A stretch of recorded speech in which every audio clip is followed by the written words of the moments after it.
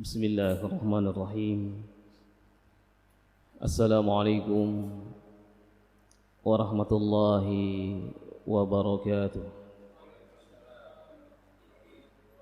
Alhamdulillahi rabbil alamin.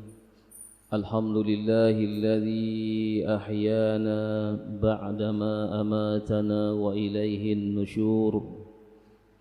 Allahumma bika asbahna wa bika amsayna wa bika nahya wa bika namut wa ilaikan nusyur. Asbahna ala fitratil islam wa kalimatil ikhlas wa ala dini nabina Muhammadin sallallahu alaihi wasallam wa ala millati abina Ibrahim hanifan wa ma kana minal musyrikin.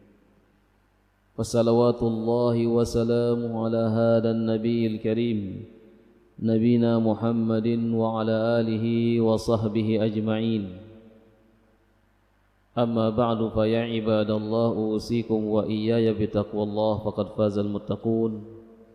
Allahumma inna nas'aluka ilman nafi'a wa rizqan tayyiba wa amalan mutaqabbala.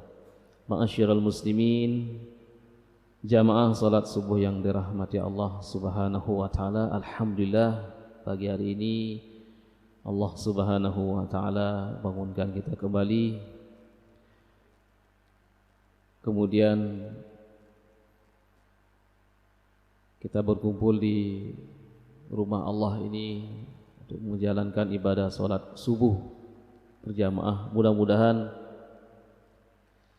janji Rasulullah dapat kita raih, yaitu beliau mengatakan bahwasanya man shalla subha fi jama'atin faka'annahu yusalli laila kullah. Siapa saja yang solat subuh berjamaah seolah-olah dia solat malam, solat tahajud semalam suntuk. Yang kedua, salawat dan salam mudah-mudahan tetap tercurahkan kepada Nabi kita Muhammad sallallahu alaihi wasallam, alladzi qad ballagha risalah wa addal amanah wa nasaha al ummah wa tarakana hatta tarakana ala mahajjatil bayda lailuha kanahariha. Mudah-mudahan kita tergolong umatnya yang nanti akan mendapatkan syafaat pada hari kiamat. Amin ya rabbal alamin. Pada pembahasan yang lalu, atau pertemuan yang lalu, kita telah membahas proses turunnya wahyu yang pertama kepada Nabi Muhammad sallallahu alaihi wasallam, kemudian peranan Khadijah radhiyallahu anha wa ardhaha yang sangat luar biasa yang mensupport Nabi Muhammad sallallahu alaihi wasallam saat beliau turun dari gua dan menuju ke rumahnya. Beliau mengatakan zamiluni zamiluni, selimuti aku, karena beliau barusan menerima wahyu, bertemu dengan orang yang tidak dikenal. Kemudian Khadijah radhiyallahu anha wa ardhaha sangat luar biasa. Setelah tenang, Nabi menceritakan apa yang terjadi dan Khadijah mengatakan bahwa engkau adalah orang yang selalu menjaga silaturahim, selalu menolong orang yang lemah, selalu memperhatikan anak-anak yatim ya. Demikian juga engkau selalu menghormati tamu. Tidak mungkin ada orang-orang yang ingin mencelakaimu. Kemudian setelah itu, keesokan harinya beliau membawa Nabi Muhammad sallallahu alaihi wasallam menemui sepupunya, yaitu Waraqah bin Naufal, untuk menanyakan apa yang beliau dapatkan di dalam gua. Kemudian Waraqah bin Naufal mengatakan, hadan namus, ini adalah namus alladzi jaa ila Musa, yang dulu pernah datang kepada Nabi Musa.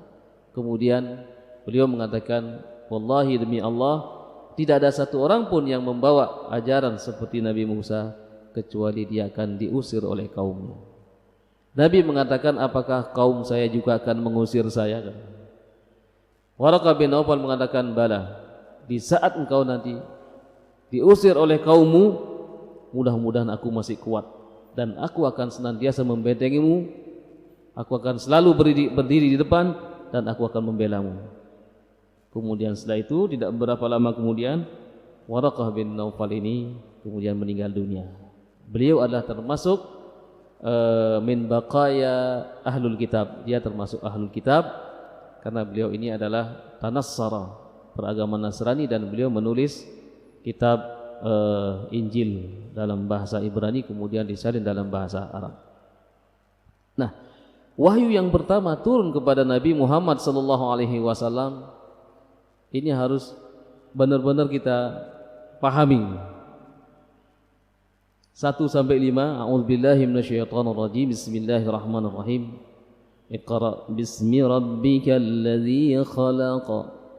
Khalaqal insana min 'alaq. Iqra wa rabbukal akram. Alladzi 'allama bil qalam. 'Allamal insana ma lam ya'lam. Ini adalah awal wahyu yang turun kepada Nabi Muhammad sallallahu alaihi wasallam, sekaligus ini mendeklarasikan bahwa beliau adalah seorang nabi. Sekali lagi bahwasanya ayat 1 sampai 5 ini adalah sebagai tanda bahwa Allah mendeklarasikan beliau sebagai nabi. Nanti pada wahyu yang kedua baru Nabi diangkat menjadi Rasul. Nabi dari kata-kata naba'ah. Naba'ah ini artinya berita. Jadi Nabi adalah seorang yang membawa berita, baik untuk dirinya, keluarganya, atau untuk lingkungan masyarakatnya. Karena tidak semua Nabi disuruh menyampaikan kepada umatnya, seperti Nabi Khidir alaihi salam, hanya kepada orang-orang tertentu saja. Seperti perintah Allah kepada Nabi Musa untuk menemui seseorang yang memiliki ilmu yang lebih daripada Nabi Musa, sehingga bertemulah Nabi Musa alaihi salam dengan Nabi Khidir. Itu yang ada nas, yang ada di dalam Al-Quran. Demikian juga Nabi SAW menceritakan hal itu. Adapun yang lain, ada yang mengklaim bertemu dengan Nabi Khidir dan lain sebagainya, kita tidak mudah percaya, karena tidak ada nas, tidak ada dalil-dalil yang qat'i, dalil-dalil yang benar-benar mengatakan bahwa itu adalah Nabi Khidir. Nah, ikhwatul iman rahimani wa rahimakumullah. Jadi wahyu yang pertama ini haruslah benar-benar kita pahami, karena ini adalah merupakan asas untuk memahami Al-Quran secara keseluruhan, atau wahyu yang Allah Subhanahu wa taala turunkan kepada Nabi Muhammad sallallahu alaihi wasallam. Yang pertama. Kemudian yang kedua, berarti wahyu yang pertama ini adalah termasuk golongan surah-surah Makkiyah. Surah Makkiyah itu adalah surah yang Allah Subhanahu wa taala turunkan, atau ayat yang Allah Subhanahu wa taala turunkan kepada Nabi Muhammad sallallahu alaihi wasallam qabla al-hijrah, sebelum hijrah. Nah, ada juga yang mendefinisikan Makkiyah itu adalah surah-surah atau ayat-ayat yang turun di Mekah gitu. Karena ternyata banyak ayat-ayat yang turun tidak di Mekah dan juga tidak di Madinah gitu. Ada yang turun antara Mekah dan Madinah, ada yang turun di lembah Badar, ada yang turun di Tabuk, begitu seterusnya. Oleh karena itu Dr. Mana Khalil Qattan di dalam kitabnya Mabahis fi Ulumil Quran mengatakan bahwasanya Makkiyah itu adalah as-suwar awil ayat allati nazalat ila Rasulillah sallallahu alaihi wasallam qabla al-hijrah, wa amma al-madaniyah as-suwar awil ayat allati nazalat ila Rasulillah sallallahu alaihi wasallam ma ba'da al-hijrah. Jadi seperti itu beliau mendefinisikan di dalam kitabnya Mabahis fi Ulumil Quran atau studi pengantar ilmu Al-Quran. Jadi ini termasuk golongan surah-surah Makkiyah yang diturunkan sebelum Nabi SAW hijrah, bahkan ia adalah merupakan awal wahyu yang turun kepada Nabi Muhammad SAW. Kemudian yang ketiga, kita akan melihat durusun wa ibar. Durusun wa ibarun min surati Al-Alaq. Pelajaran dan hikmah-hikmah yang dapat diambil dari surah Al-Alaq ini. Yang pertama adalah firman Allah Subhanahu wa taala, Iqra. Kalau secara tekstual maknanya adalah membaca. Bacalah. Dari kata-kata qara'a. Qara'a yaqra'u Qur'anan wa qira'atan. Jadi Al-Quran dinamakan Quran karena dia merupakan kumpulan bacaan atau kumpulan firman-firman Allah Subhanahu wa taala yang dibaca. Fa idza qara'nahu fattabi' Qur'anah. Di dalam surah Al-Qiyamah, apabila engkau membacanya maka ikuti Qur'anah, bacaannya. Apabila membaca Al-Qur'an maka ikuti, pahami dan amalkan apa yang ada di dalamnya. Kata-kata Iqra di sini mengandung pengertian al-ilmu qabla al-amal, qabla al-qawli wal amal. Imam Bukhari rahimahullahu taala membuat sebuah babul ilmi qabla al-qawli wal amal. Ini penting sekali ini. Bab pentingnya berilmu sebelum berbicara dan sebelum beramal. Jadi bab yang menjelaskan tentang pentingnya kita semuanya memiliki ilmu sebelum kita berbicara dan sebelum juga beramal. Karena muncul belakangan ini banyak orang-orang yang berbicara akan tetapi tidak ada ilmunya. Atau berbicara, kata Rasulullah, akan muncul di satu masa nanti, satu zaman nanti, mereka berbicara, berfatwa dhalun, isi fatwanya itu adalah sesat, mudillun, dan juga menyesatkan, sesat dan menyesatkan. Sayati zamanun, akan datang satu masa nanti, da'in yad'un nas ila abwabi jahannam. Seorang dai itu mengajak manusia ke dalam pintu-pintu neraka. Bahkan yungkiruna ma'rufan. Mereka itu mengingkari hal-hal yang ma'ruf, hal-hal yang baik. Kemudian mengangkat hal-hal yang mungkar ke permukaan. Sehingga ini bisa meresahkan masyarakat, menyesatkan masyarakat. Ya'rifuna munkaran wa yunkiruna ma'rufan. Yang benar dikatakan tidak benar, yang tidak benar dikatakan benar. Apakah muncul di zaman kita sekarang ini? Muncul. Itu yang disabdakan oleh Nabi SAW sekian abad yang lalu. Jamaah yang dirahmati Allah Subhanahu wa taala, maka Imam Bukhari membuat sebuah bab yang sangat luar biasa, bab pentingnya berilmu sebelum berbicara dan sebelum beramal. Tidak semua orang berhak berbicara di media. Kalau dia bukan orang-orang yang ahlinya, khususnya berbicara masalah agama dan berbicara masalah Al-Quran, firman-firman Allah, itu harus benar-benar didasari dengan ilmu. Man fassara al-Qur'ana bi ra'yihi falyatabawwa maq'adahu minan nar, kata Rasulullah. Siapa yang menafsirkan Al-Quran dengan ra'yunya, dengan akalnya, sementara dia tidak memiliki ilmu sama sekali, maka bersiap-siaplah masuk ke dalam neraka. Man fassara al-Qur'ana bi ra'yihi wa in asaba faqad akhta'a. Siapa yang menafsirkan Al-Quran dengan ra'yunya, sekalipun itu benar menurut dia, tetap salah menurut Allah Subhanahu wa ta'ala kalau dia tidak memiliki ilmu. Nah, ini sangat penting sekali.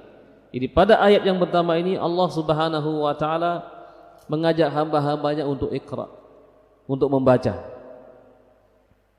Itu makna secara letterlek. Karena ada yang menafsirkan bahwa membaca di situ maknanya adalah luas, membaca lingkungan. Nabi SAW sekalipun ummi, dari kalangan ummi, dari kalangan masyarakat yang tidak terbiasa membaca dan menulis, tetapi beliau memiliki kecerdasan yang luar biasa, kepekaan. Begitu beliau menginjak umur 40 tahun ya, sebagaimana yang sudah kita sampaikan 2 pertemuan yang sudah lewat, bahwa pada saat itu Nabi SAW merenung, melihat keadaan yang memilukan. Setiap hari orang mendatangi patung-patungnya, sesembahan. Di situ mereka ruku dan sujud. Kemudian juga menyaksikan bagaimana terjadinya wa'dul banat, mendengar dan menyaksikan bagaimana bayi-bayi perempuan yang lahir dikubur hidup-hidup. Beliau juga menyaksikan pemandangan bagaimana orang yang sudah menjadi kebiasaannya meminum minuman keras. Kemudian beliau harus melakukan sebuah uzlah untuk meninggalkan kaumnya sementara dan merenungkan itu semua. Kemudian Allah Subhanahu wa ta'ala menunjuki beliau untuk menuju ke satu tempat, dan disitulah Allah Subhanahu wa ta'ala mengamanahkan kepada beliau untuk memperbaiki umat ini. Nah, ikhwatal iman, jamaah yang dirahmati Allah Subhanahu wa ta'ala, beliau adalah cerdas. Jadi membaca maknanya di sini adalah membaca lingkungan. Demikian juga diartikan membaca adalah meneliti. Karena banyak ayat-ayat yang berkenaan dengan tadabbur, tafakkur alam. Inna fi khalqis samawati wal ardi wa ikhtilafil laili wan nahari laayatin liulil albab. Alladzina yadhkuruna Allaha qiyaman wa qu'udan wa 'ala junubihim wa yatafakkaruna fi khalqis samawati wal ardh. Rabbana ma khalaqta hadza batilan subhanaka faqina 'adzabannar. Nanti bisa dibaca di akhir-akhir surah Ali Imran. Di situ Allah Subhanahu wa taala memberikan sebuah gambaran tentang bagaimana ciri orang-orang yang cerdas. Mereka selalu yatafakkaruna fi khalqis samawati wal ardh, merenungkan ciptaan Allah Subhanahu wa ta'ala. Dari hasil perenungan ini diharapkan mereka akan mengatakan ma khalaqta hadza batilan, ya Rabb, wahai Tuhan, Engkau tidak menciptakan ini semuanya dengan sia-sia. Akan tetapi yang banyak melakukan penelitian adalah justru mereka-mereka yang tidak pernah membaca Al-Quran, tidak tahu bagaimana membaca Al-Quran. Lebih banyak di antara mereka kemudian mendapatkan hidayah. Siapa yang menemukan sungai di bawah laut itu ada di Meksiko. Ini sudah disebutkan di dalam Al-Quran. Jadi mereka-mereka yang tidak pernah membaca Al-Quran tapi menemukan itu. Siapa yang menemukan bahwa gunung-gunung yang dipanjangkan oleh Allah Subhanahu wa ta'ala itu menjulangnya di atas permukaan bumi itu sama dengan ke bawah, jadi seimbang. Itu mereka yang melakukan penelitian. Siapa yang menemukan bahwasanya bulan itu ternyata masih ada garis yang simetris yang sepertinya bulan itu terbelah menjadi 2. Itu mereka juga ketika mereka kembali dari bulan melakukan penelitian, mereka bertanya kepada para ahli tidak bisa memberikan jawaban. Akhirnya astronot ini menemukan jawaban pada cendekiawan muslim atau ulama Islam. Kemudian dibacakanlah ayat di dalam surah Al-Qamar, iqtarabatis saa'ah wan syaqqal qamar. Kiamat itu telah dekat dan bulan itu terbelah. Jadi dia menemukan referensinya di dalam Al-Quran. Kemudian orang ini mengucapkan 2 kalimat syahadat. Banyak sekali penelitian-penelitian. Coba nanti dibuka kembali artikel pada tahun 1994 itu pernah ada seminar dunia di Bandung pada saat itu tentang mukjizah ilmiah dari Al-Quran, tentang kemukjizatan Al-Quranul Karim. Mereka para ilmuwan-ilmuwan yang meneliti itu mengungkapkan semua pengalaman-pengalamannya, kemudian mereka pun mendapatkan hidayah dari Allah Subhanahu wa taala. Tapi ada di antara mereka juga yang tidak mendapatkan hidayah. Jadi intinya adalah banyak ayat-ayat yang Allah Subhanahu wa taala ciptakan di alam ini supaya umat Islam ini melakukan sebuah penelitian, yang dari penelitian itu mereka akan senantiasa dekat dengan Allah Subhanahu wa taala. Innama yakhsyallaha min ibadihil ulama. Itu yang diharapkan, bukan hanya sekedar ingin mendapatkan hadiah Nobel dan lain sebagainya, tidak.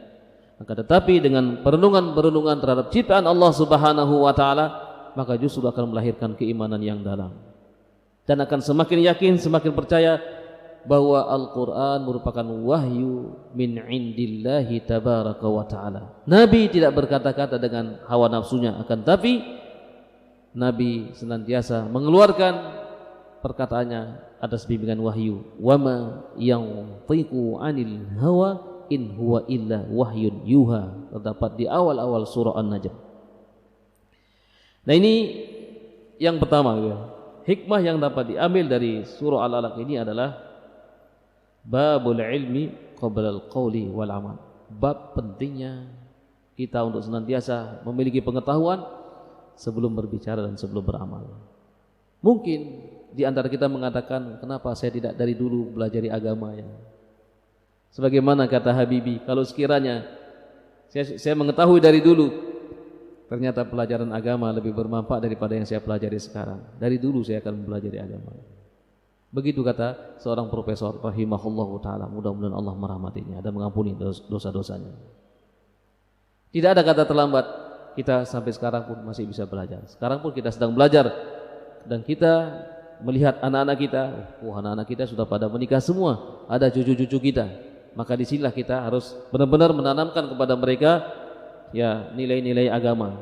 Kalau kita tidak mampu, kita sekolahkan di tempat yang mengajarkan nilai-nilai agama itu.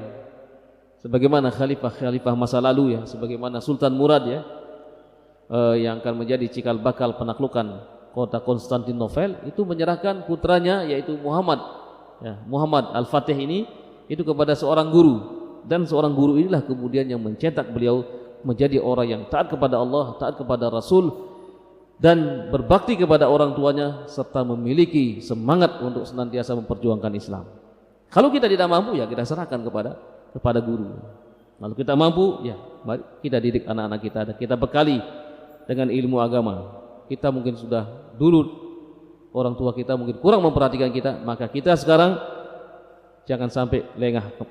Maka bekalilah anak-anak kita, bekalilah cucu-cucu kita dengan sebuah ilmu pengetahuan, khususnya pengetahuan agama.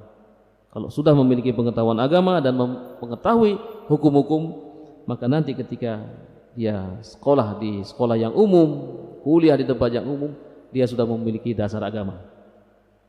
Nah, ini makna yang pertama atau hikmah yang pertama yang dapat diambil dari kata Iqra. Kemudian yang kedua, dari kata-kata Iqra yang ditujukan kepada Nabi Muhammad SAW pertama kali, ini menunjukkan bahwa Nabi SAW adalah orang yang ummi, tidak terbiasa membaca dan menulis. Sehingga jawaban pertama yang keluar dari lisan beliau adalah ma ana biqari, saya tidak biqari, saya tidak bisa membaca. Itu yang keluar supaya nanti sempurna gitu. Tidak ada yang menuduh Nabi Muhammad SAW bahwa dialah yang mengarang Al-Quran, tetapi tuduhan itu ada juga. Apa yang ditulis oleh Ignaz Goldziher, seorang orientalis Yahudi yang menulis dalam bukunya, dia mengatakan bahwa saya belum pernah menemukan buku yang paling kacau melebihi Al-Quran. Dia mengatakan seperti itu. Dia mempelajari bahasa Arab, dia menulis makalah-makalahnya dalam bentuk bahasa Arab, tapi dalam rangka untuk mengobrak-abrik Al-Quran dan mengobrak-abrik Islam. Wa makaru wa makarallah wallahu khairul makirin.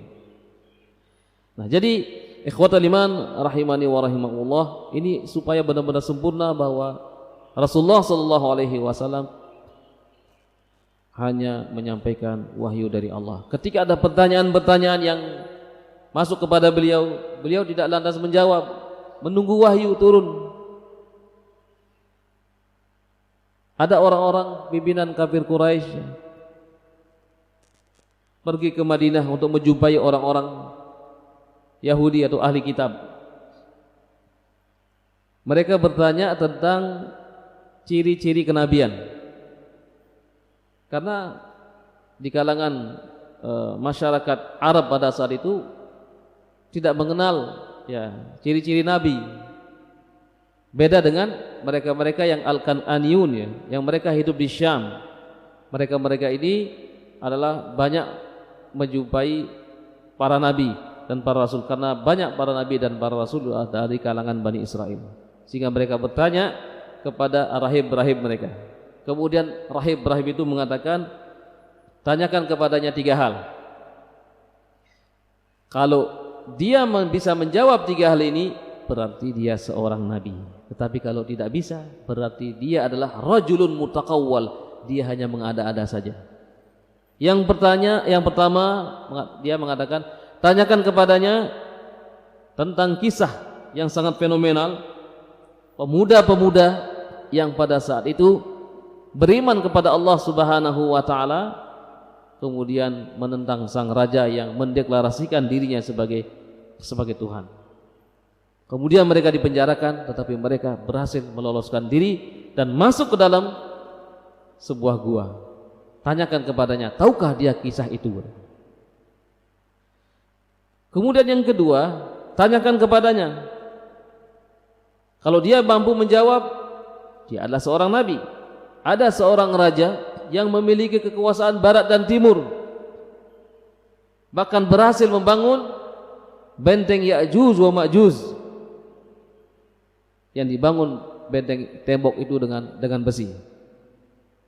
Dia adalah seorang raja yang adil. Tanyakan kepadanya, tahukah dia siapa raja itu? Kemudian yang ketiga, tanyakan kepadanya tentang ruh. Tanyakan kepadanya apakah dia tahu tentang roh. Nah, kemudian orang-orang kafir Quraisy ini, pimpinan-pimpinan ini kembali ke Mekah dan bertanya, menemui Nabi Muhammad SAW dan bertanya kepada Nabi Muhammad tentang 3 hal ini. Kemudian Nabi dengan enteng mengatakan, besok saya jawab. Akhirnya mereka pulang, ya, pimpinan-pimpinan Quraisy ini pulang, besok datang lagi. Mana jawabannya? Nabi bilang, besok saya jawab. Sampai besoknya hampir 15 hari, bahkan ada yang mengatakan hampir 1 bulan, Allah Subhanahu wa taala belum menurunkan wahyu. Sempat terguncang sahabat-sahabat pada saat itu. Gimana? Kok belum ada jawaban dari Allah Subhanahu wa taala? Nah, di sini mereka mulai mencoba memprovokasi masyarakat. Lihat, itu yang kalian anggap sebagai nabi. Ya, jawabannya besok, ternyata sampai sekarang belum turun wahyu. Nah, kemudian di saat yang sangat kritis itu datanglah malaikat Jibril, kemudian membawakan wahyu. Turunlah surah Al-Kahfi. Turunlah surah Al-Kahfi, yang di dalam surah Al-Kahfi tersebut ada kata-kata illa an yasha Allah. Jadi ketika orang yang masuk ke dalam kisahnya adalah seorang yang masuk ke dalam kebun kurmanya, yang ketika itu dengan bangga mengatakan bahwa kebun kurma ini luar biasa gitu ya. Kemudian dia akan merasa bahwa dia akan panen nanti, akan panen yang banyak. Akan tetapi dia tidak mengucapkan insya Allah, maka semuanya hancur. Nah, di sini Allah Subhanahu wa taala ingin mengajarkan kepada nabi kita dan kepada kita semua, ketika mengatakan sesuatu hendaklah katakan insyaallah, jika Allah menghendaki. Ya, turun surah Al-Kahfi. Jadi Nabi Muhammad SAW tidak memberikan jawaban apapun kecuali atas bimbingan wahyu. Tidak orang zaman sekarang ditanya jawab, tanya jawab dia. Jawabannya belum tentu benar. Seorang ulama besar, guru Imam Syafi'i itu Imam Malik rahimahullahu taala, pernah ditanya tentang permasalahan. Kurang lebih ada sekitar 44 permasalahan ditanya.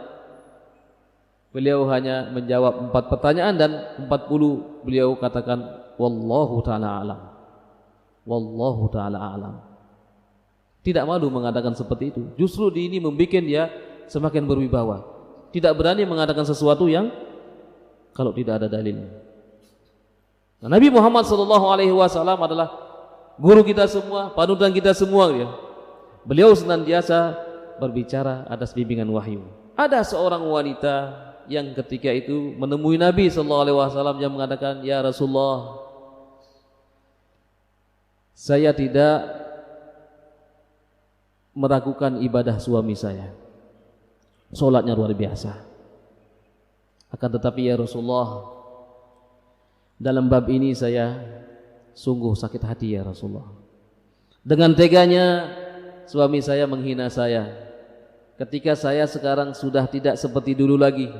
Sekarang saya sudah tua, kemudian anak saya sudah banyak gitu. Tidak seperti dulu lagi, tidak lincah lagi gitu ya.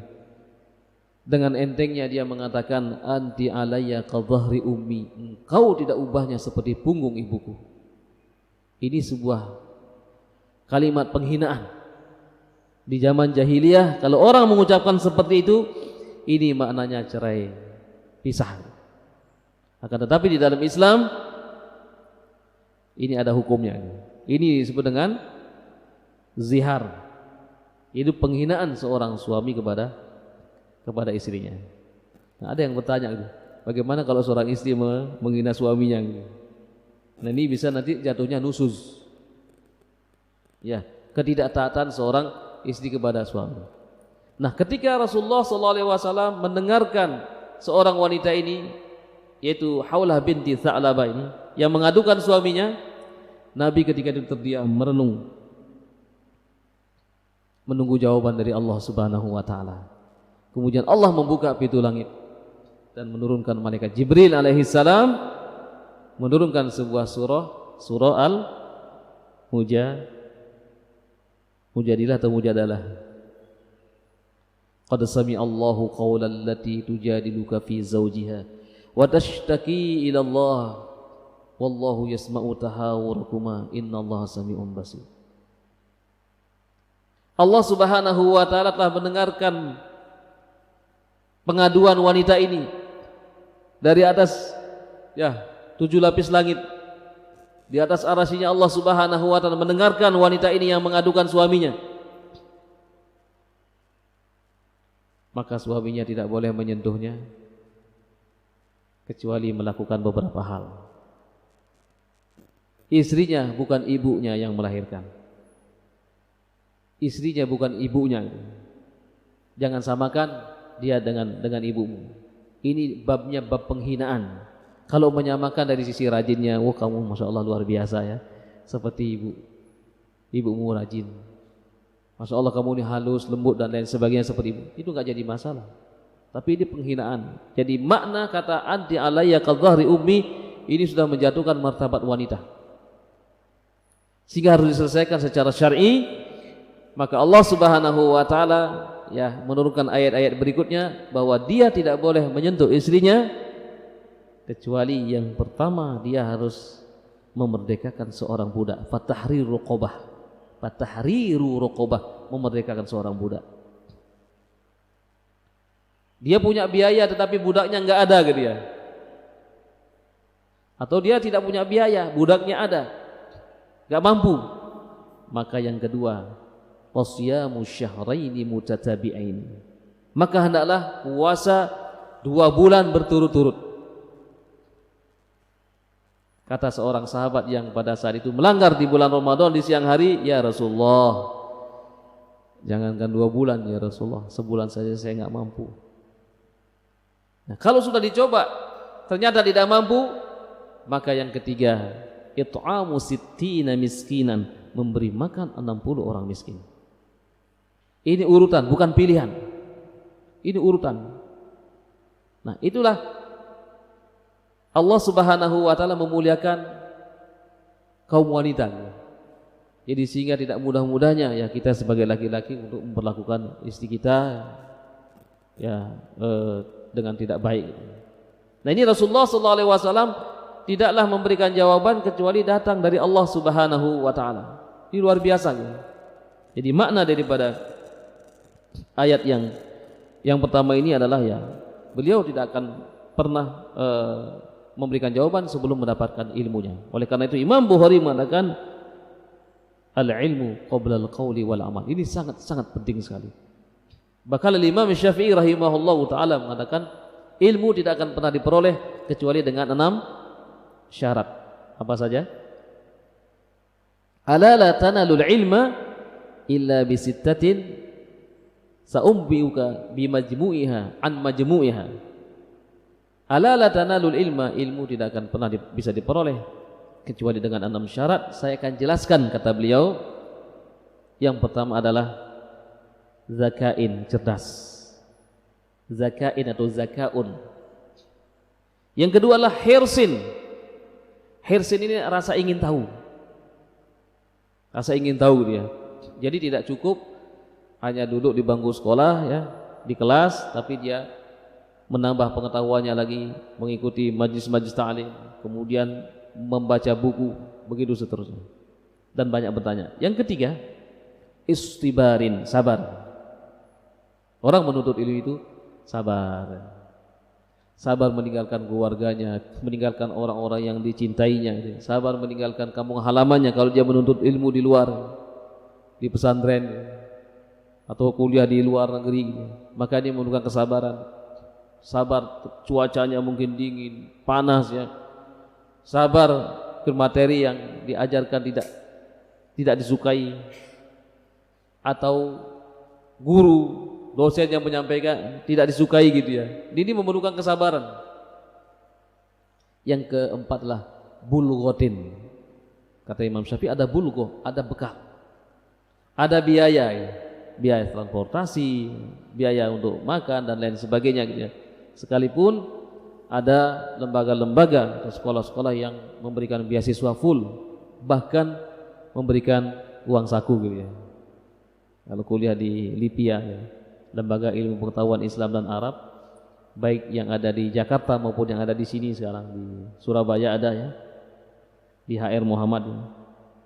Itu ada Lipia, Lembaga Ilmu Pengetahuan Islam dan Arab, cabang Universitas Imam Ibnu Saud yang ada di Arab Saudi, itu memberikan beasiswa bahkan memberikan uang saku. Tapi tetap ya uang saku ya dikelola untuk makan, untuk minum dan lain sebagainya. Memerlukan biaya ya. Bulghatin. Yang kelima, ini penting sekali. Irsyadu ustadzin. Ada pembimbing, ada guru yang mengarahkan. Karena semuanya punya guru. Nah, makanya ketika Nabi Musa alaihi salam mengatakan, yang menjawab pertanyaan dari kaumnya ketika ditanya, "Ya Nabi Allah, hal hunaka man huwa a'lamu minka fi hadzal zaman?" Wahai Musa, wahai Nabiullah, apakah ada orang yang lebih hebat, lebih berilmu daripadamu saat sekarang ini? Nabi Musa mengatakan, ma'azunnu dzalik. Rasanya tidak ada yang melebihi aku. Nah, kemudian Allah Subhanahu wa taala menegur, mengutus malaikat Jibril mengatakan, wahai Musa, ada orang yang lebih hebat daripada kamu. Pergilah temui dia. Kemudian Nabi Musa alaihissalam tersungkur dan mengatakan, ya Allah, di mana seharusnya saya temui? Apa ciri-ciri orang itu? Kemudian beliau pun disuruh untuk menemui orang itu dan membawa apa? Sekeranjang ikan ya. Ada ikan yang dibawa.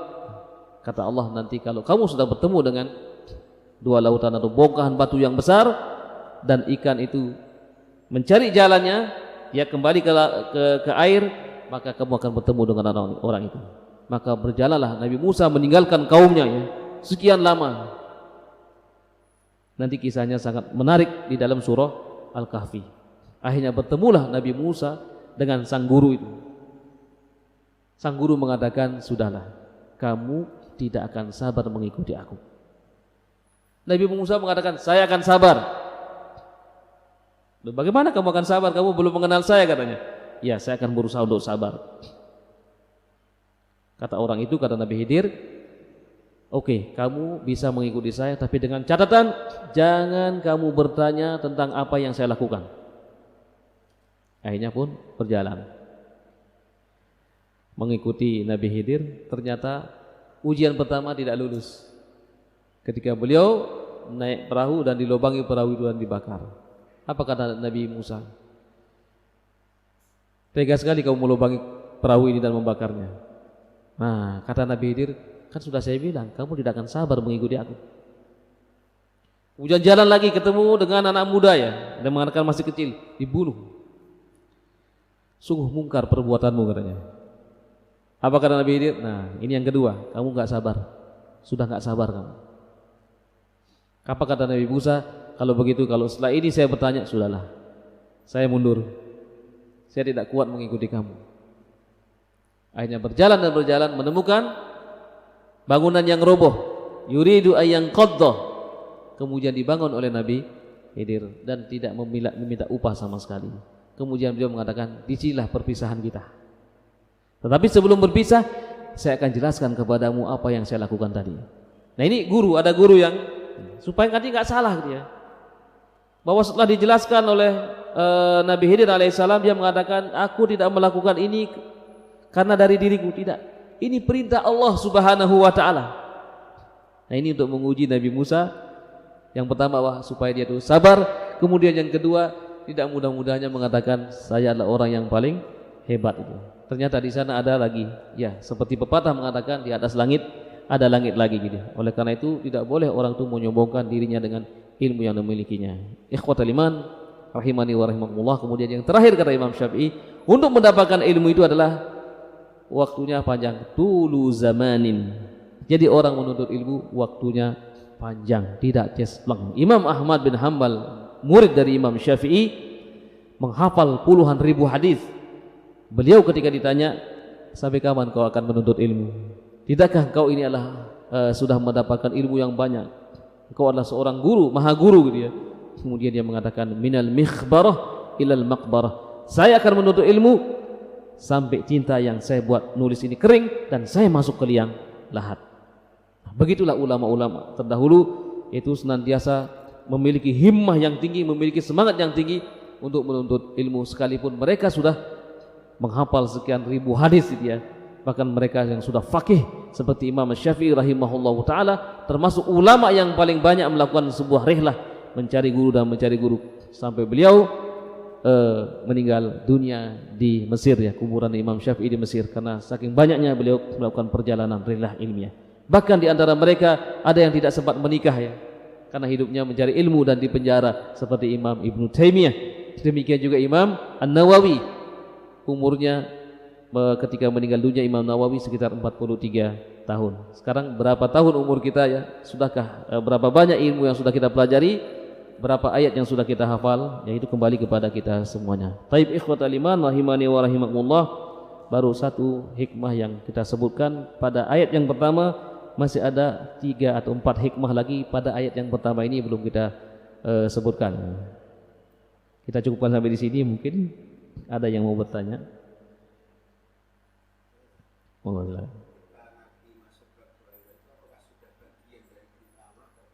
Ya. Ketika beliau masuk ke Gua Hira, apakah ini bagian dari perintah Allah? Hadis dalam riwayat Imam Bukhari, hadis Aisyah radhiyallahu anha wa ardhaha, babu bad'il wahyi, bab tentang awal atau mulanya turunnya wahyu. Di situ Aisyah radhiyallahu anha wa ardhaha mengatakan, kana awwalu wahyin ar-ru'ya as-salihah, ar-ru'ya as-sadiqah. Jadi awal wahyu itu adalah ada isyarat bahwa Nabi sallallahu alaihi wasallam mendapatkan mimpi, kemudian ada isyarat untuk menuju ke sebuah tempat. Hubbiba ilaihi al-khala, hubbiba ilaihi al-khala. Hubbiba artinya dibuat rasa rasa senang untuk menyendiri dia. Kemudian ya beliau menuju ke dalam ke Gua Hira. Karena Gua Hira adalah tempat yang cukup jauh dari penglihatan manusia gitu. Jadi perlu menyendiri di situ untuk mendapatkan ya apa yang diinginkan oleh Rasulullah SAW, mendapatkan jawaban-jawaban terhadap apa yang dilihatnya selama ini. Dalam mimpi, di awal-awalnya lah mendapatkan mimpi, kemudian mimpi itu kemudian menjadi sebuah kenyataan. Jadi setelah mimpi inilah kemudian Nabi sering sekali pergi ke Gua Hira. Begitu habis perbekalannya, beliau balik dan balik lagi ke sana gitu ya.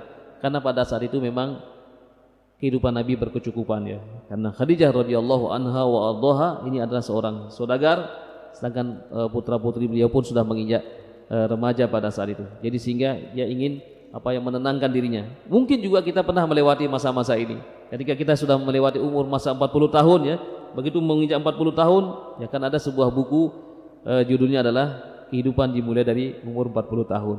Ketika seorang berumur 40 tahun dia berhasil, maka dia akan berhasil terus. Tetapi ketika umur 40 tahun ya masih belum punya pekerjaan, ya seperti itulah dia itu. Nah, oleh karena itu penting sekali kita memperhatikan umur-umur kita. Jadi itu memang sudah merupakan isyarat dari Allah Subhanahu wa taala lewat mimpi sebagaimana yang disebutkan di dalam Sahih Bukhari di awal-awal kitab beliau ya. Ya.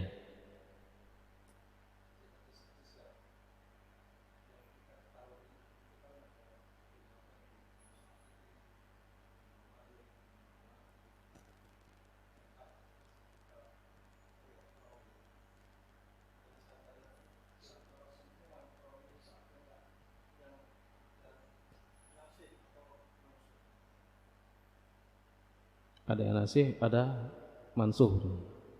Ya.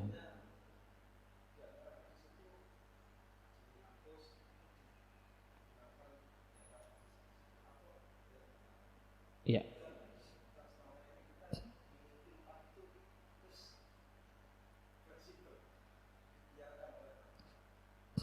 Iya.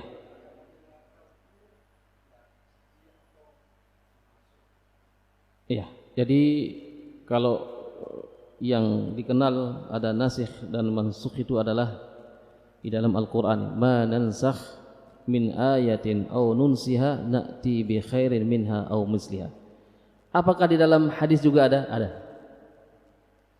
Kenapa para ulama-ulama ketika membahas sebuah permasalahan itu ada perbedaannya? Ada beberapa kemungkinan. Yang pertama adalah karena memang pengetahuan lughah, bahasa. Ini biasanya yang pertama adalah karena bahasa. Jadi memahami sebuah pemahaman di dalam Al-Quran itu karena bahasa. Seperti penggunaan kata-kata lamasa, menyentuh wanita ya, atau menyentuh wanita apakah batal wudunya atau tidak. Ini perbedaan bahasa. Ada yang memahami firman Allah aula mastumun nisa dari kata-kata lamasa. Imam Syafi'i membaca aula mastumun nisa. Lamasa menyentuh aja. Tetapi Imam Ahmad muridnya itu memahami kata-kata lamasa itu bukan dari lamasa, tapi lamnya panjang, aula mastumun nisa. Kalau Imam Syafi'i membaca aula masa, ini dalam rangka kehati-hatian. Bisa dipahami ya? Jadi dalam rangka kehati-hatian, menyentuh batal. Ini kehati-hatian supaya orang tidak mudah-mudahnya. Karena kalau orang mengatakan tidak batal, orang akan sentuh ya. Apalagi zaman sekarang. Nah, tapi kalau muridnya yaitu Imam Ahmad bin Hambal itu memahami kata-kata la masa, menyentuh di situ adalah ada dua. Jadi dua hal. Jadi ada laki ada perempuan. La masa fa'ala ini dalam bahasa Arab namanya musyarakah, bersama-sama. Nah, maknanya di situ bukan hanya sekedar menyentuh, tapi hubungan suami istri. Ada beberapa dalil-dalil. Nah, pada saat itu mungkin, wallahu taala alam, Al-Imam Syafi'i rahimahullahu taala memang ya dalam rangka kehati-hatian atau belum menemukan hadis yang itu yang dibahas oleh Imam Ahmad bin Hambal, bahwa Nabi SAW pada saat sholat mencium istrinya ya. Pada saat beliau sholat di malam hari ya menggeser kaki istrinya gitu ya. Dan ini tidak membatalkan wudunya gitu ya. Nah, demikian seterusnya. Kemudian Imam Malik rahimahullahu taala awalnya adalah di dalam kitab Muwatta itu 4.000 hadis. Awalnya 4.000 hadis. Kemudian beliau koreksi menjadi 500 hadis. Dari kitab Muwatta itu ada sekitar 500 hadis. Kemudian dikembangkan lagi nanti oleh Imam Ahmad bin Hanbal, murid dari Imam Syafi'i, itu di dalam kitab Musnadnya kurang lebih 40.000 hadis. Sangat banyak sekali. Nanti datang lagi murid-muridnya seperti Imam Bukhari, ini muridnya Imam Ahmad. Imam Muslim, Imam Nasai, ini murid-murid dari Imam Ahmad bin Hanbal. Kemudian mereka memiliki syarat-syarat untuk menentukan hadis itu sahih atau tidak. Imam Bukhari paling ketat. Tidak sembarangan dia menerima hadis. Suatu saat dia berjalan dengan muridnya ini, pergi ke Mesir karena dia mendengarkan sebuah hadis. Ditanya, dari mana anda mendengarkan hadis ini? Boleh kasih tahu? Oh boleh. Orangnya ada di Mesir sekarang. Carilah ke Mesir ulama ini. Sampai di sana ternyata ulama ini sedang memberi makan kudanya dengan rumput kering. Memanggil kudanya dengan rumput kering, bukan rumput basah. Imam Syafi'i tidak jadi menemui guru ini, langsung dia pulang. Muridnya bilang, kita sudah berjalan lama, kenapa kita enggak jadi menemui guru itu? Iya, tidak mungkin saya mengambil hadis dari orang yang berbohong. Masya Allah. Seperti itu, gurunya seperti itu tidak diterima. Apalagi zaman sekarang ya, ada seorang kiai atau ustaz misalnya dia makan di restoran, enggak akan diterima hadisnya gitu ya. Ini masuk dalam bab-bab muru'ah, bab-bab adab itu ya. Jadi seperti itu. Nah, ketika para ulama-ulama yang empat ini itu memiliki keistimewaan lebih daripada yang lain. Contoh Imam Syafi'i, beliau ahli hadis, ahli fikih, ahli lughah, ahli tafsir, ahli nasab, ahli sejarah. Beliau memiliki keistimewaan yang lain, beda dengan yang lain-lain. Kalau ini ahli hadis, ya hadis, mengumpulkan hadis-hadis Nabi sallallahu alaihi wasallam. Oleh karena itu siapapun yang mempelajari hadis, maka hendaklah merujuk kepada ulama-ulama para fuqaha ini. Karena sudah ada penjelasannya semuanya. Banyak orang yang tidak membaca kitab Al-Um. Al-Um ini adalah kitab Imam Syafi'i rahimahullahu taala, ada 9 jilid. Kalau itu saja sudah dibaca sudah cukup. Kita enggak perlu yang lain. Karena sudah luar biasa sekali gitu. Sangat luar biasa. Jadi seperti itu Pak ya. Jadi kalau misalnya para imam ini juga berpesan. Imam-imam itu berpesan, idza shahal hadis. Kalau nanti ada hadis yang sahih yang mungkin belum dia temukan, maka tinggalkan perkataanku, ikuti hadis-hadis itu. Semua imam mengatakan seperti itu. Imam Malik mengatakan, dia mengatakan semua perkataan orang bisa diambil dan bisa ditolak, kecuali yang ada di kuburan ini, itu Nabi Muhammad SAW. Gitu Imam Malik. Imam Syafi'i mengatakan haram bagi mereka-mereka yang tidak mengetahui ya untuk mengikuti aku, dari mana aku mengambilnya. Ya kalau udah mengetahui ikuti nggak apa-apa, karena mereka ini adalah imam-imam Ahlussunnah wal Jamaah. Demikian juga Imam Abu Hanifah ya. Ini luar biasa. Banyak yang menuduh Imam Abu Hanifah ini imam ahli ra'yi, menggunakan akal dia. Beliau luar biasa karena masyarakat yang dihadapi pada saat masyarakat pembangkang. Di Kufah banyak orang Khawarij, banyak orang Mu'tazilah dia yang selalu ingin mencelakai beliau.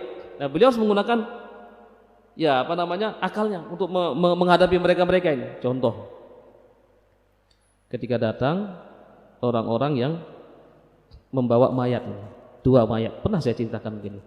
Ketika beliau sedang berada di majlis taklim, sedang mengajar, datang orang-orang bawa 2 mayat dan mengatakan, ya imam, mereka bawa pedang. Di luar sekarang ada 2 mayat.